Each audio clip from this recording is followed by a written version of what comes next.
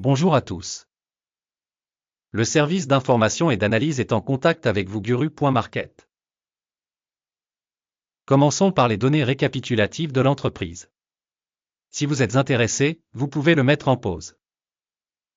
Nous proposons de considérer plus scrupuleusement tous les indicateurs de l'organisation en question. Nous allons maintenant analyser les principaux indicateurs fondamentaux de l'entreprise. Opandor Technologies Inc., ticker, OPEN. L'avis a été créé en utilisant les informations actuelles au 6 août 2025. Selon la classification Guru Market Entreprise Opandor Technologies appartient à la sous-catégorie Accommodation, 39 entreprises participent à la comparaison. Retrouvez les solutions finales à la fin de cette vidéo. Note globale de l'entreprise en question, moins 7,5 sur 10 points. Note moyenne pour la sous-catégorie, 2,6 points.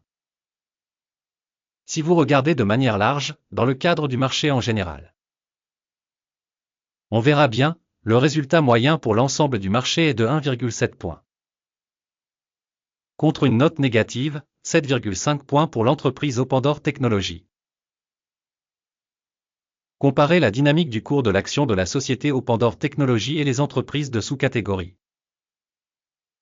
Nous pouvons voir qu'au cours des 12 derniers mois, les actions de la société Opandor Technologies Inc. a montré une dynamique de 18,5%.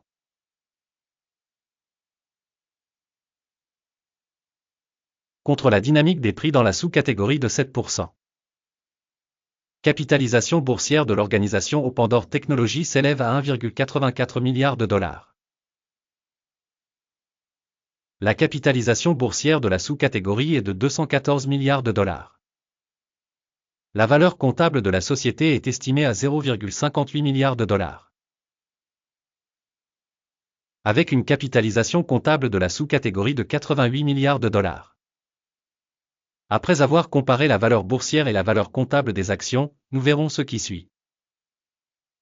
Partagé Opandor Technologies Inc. dans la sous-catégorie en cas d'évaluation de la capitalisation boursière est de 0,86%.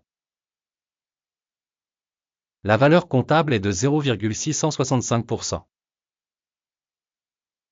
Évaluation de la part de marché et de la capitalisation du bilan de l'entreprise dans la sous-catégorie, mauvais, moins, 1 point. Le passif financier de la société s'élève à 2,29 milliards de dollars. Le ratio dette-valeur comptable représente 393% des capitaux propres de la société. Évaluation du niveau d'endettement financier de l'entreprise, très mauvais, moins 2 points. Le solde du prix de marché de l'entreprise par rapport à son bénéfice est de 0. La moyenne pour la sous-catégorie est de 16,7. Évaluation du ratio valeur boursière bénéfice de l'entreprise par rapport aux entreprises de la sous-catégorie, très mauvais, moins 2 points. Le bénéfice des 12 derniers mois était de moins 369 millions de dollars. Les bénéfices prévisionnels pour les 12 prochains mois sont inconnus. Évaluation de l'indicateur de bénéfices futurs projeté par rapport à la sous-catégorie, mauvais, moins 1 point. Le ratio valeur-chiffre d'affaires de l'entreprise est de 0,4. La moyenne dans la sous-catégorie est de 1,3.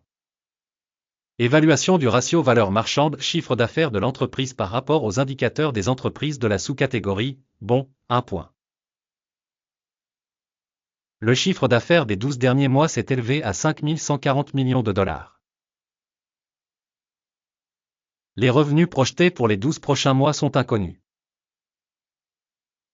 Évaluation des indicateurs des volumes de ventes futures attendus par rapport aux indicateurs de la sous-catégorie, mauvais, moins, 1 point.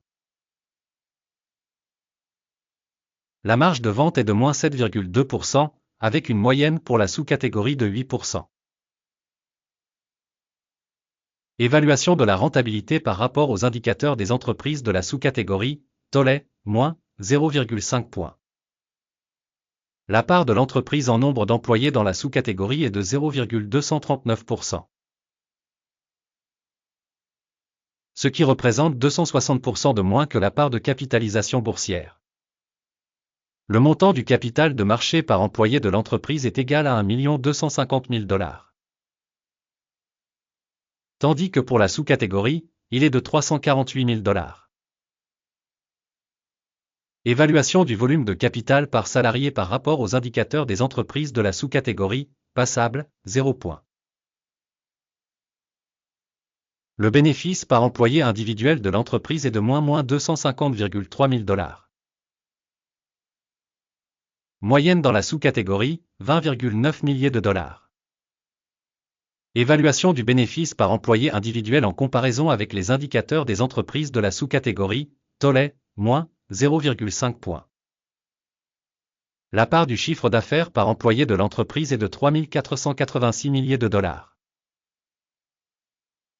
Dans la sous-catégorie 260 000 $. Évaluation de la part du chiffre d'affaires par employé individuel en comparaison avec les indicateurs des entreprises de la sous-catégorie, tollé, moins 0,5 points.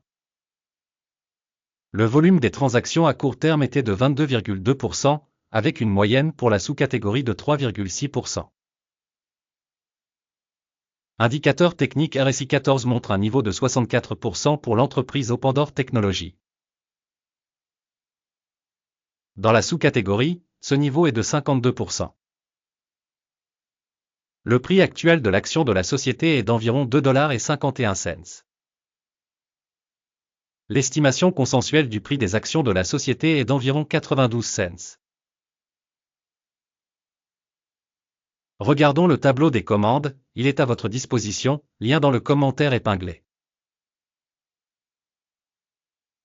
Le tableau de commande contient toutes les décisions précédemment prises au cours d'une saison donnée par le système d'information et de référence d'évaluation Guru Market. L'accès au tableau des commandes est libre et gratuit, lien dans le commentaire épinglé. En raison de l'évaluation des titres de la société Opandor Technologies. Système d'information et de référence pour l'évaluation des stocks Guru Market. La décision suivante est prise. Ouvrir une transaction de vente à 2,52 $. L'accord est ouvert en raison de la valorisation relativement faible de la société et du changement de prix. L'organisation a été évaluée à l'aide de la méthode d'évaluation de l'indice d'Akim. Le take profit est fixé à 0,76. Le stop loss est fixé à 4,28. Au cas où l'ordre n'est pas clôturé par un take profit ou un stop loss. Dans ce cas, l'ordre est clôturé automatiquement à la fin de la séance du 5 septembre 2025. Ou le dernier jour de bourse avant la date spécifiée. Téléscripteur, FVRR, est la principale transaction d'achat. La vidéo sur la commande principale a déjà été publiée sur la chaîne. Lorsqu'un des ordres est clôturé, l'ordre principal ou d'équilibrage. L'ordre inverse est fixé au prix réel. Un grand merci à tous d'avoir regardé jusqu'au bout et d'avoir utilisé le système d'aide Guru Market.